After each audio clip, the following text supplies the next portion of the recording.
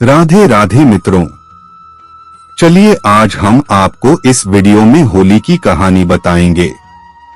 होली की कथा भगवान शिव और कामदेव से जुड़ी है। होली की पवित्र कथा ऐसे हुई रंगों के त्योहार को मनाने की शुरुआत। होली स्टोरी हिंदू धर्म में होली प्रमुख त्योहारों में से एक है। हर साल फाल्गुन मास में ये पर्व बड़े ही धूमधाम से मनाया जाता है। होली का त्योहार होलिका दहन के साथ ही शुरू होता है, फिर इसके अगले दिन रंग गुलाल के साथ होली खेली जाती है। भारत में फाल्गुन शुक्ल पक्ष की पूर्णिमा के अगले दिन होली मनाई जाती है। इस दिन हिंदू धर्म के लोग एकजुट होकर खुशियां मनाते हैं और एक दूसरे को प्यार के रंगों में सराबोर करके अपनी खुशी जाहिर करते हैं। हिंदू धर्म के अनुसार होलिका दहन को बुराई पर अच्छाई की जीत का प्रतीक माना गया है। साथ ही धार्मिक मान्यताओं में होलिका दहन के अलावा होली को लेकर भी कई तरह की कहानियां प्रचलित हैं। इनमें से एक कथा कामदेव की भी है। आइए जानते हैं इसके बारे में। होली से जुड़ी कामदेव और शिव शंकर की कथा। पौराणिक कथा के अनुसार देवी पार्वती शिव जी से विवाह करना चाहती थीं, लेकिन तपस्या में लीन शिव का ध्यान उनकी ओर नहीं गया। पार्वती की इन कोशिशों को देखकर प्रेम के देवता कामदेव आगे आए और उन्होंने शिव पर पुष्प बाण चला दिया, जिसके कारण शिव की तपस्या भंग हो गई।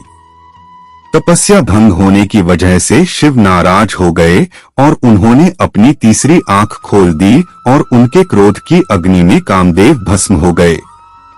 इसके बाद शिव जी ने पार्वती की ओर देखा।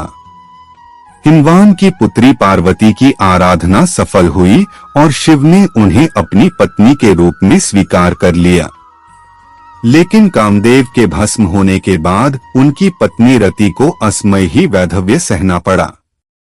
फिर रति ने शिव की आराधना की। वह जब अपने निवास पर लौटे तो कहते हैं कि रति ने उनसे अपनी व्यथा कही। वहीं पार्वती के पिछले जन्म की बातें याद कर भगवान शिव ने जाना कि कामदेव निर्दोष हैं।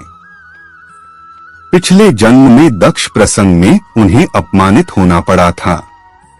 उनके अपमान से विचलित होकर दक्षपुत्री सती ने आत्मदाह कर लिया। उन्हीं सती ने पार्वती के रूप में जन्म लिया और इस जन्म में भी शिव का ही वरण किया। कामदेव ने तो उन्हें सहयोग ही दिया। शिव की दृष्टि में कामदेव फिर भी दोषी हैं, क्योंकि वह प्रेम को शरीर के तल तक सीमित रखते और उसे वासना में गिरने देते हैं। इसके बाद शिव जी कामदेव को जीवित कर दिया।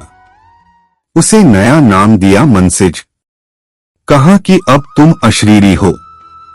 उस दिन फागुन की पूर्णिमा थी।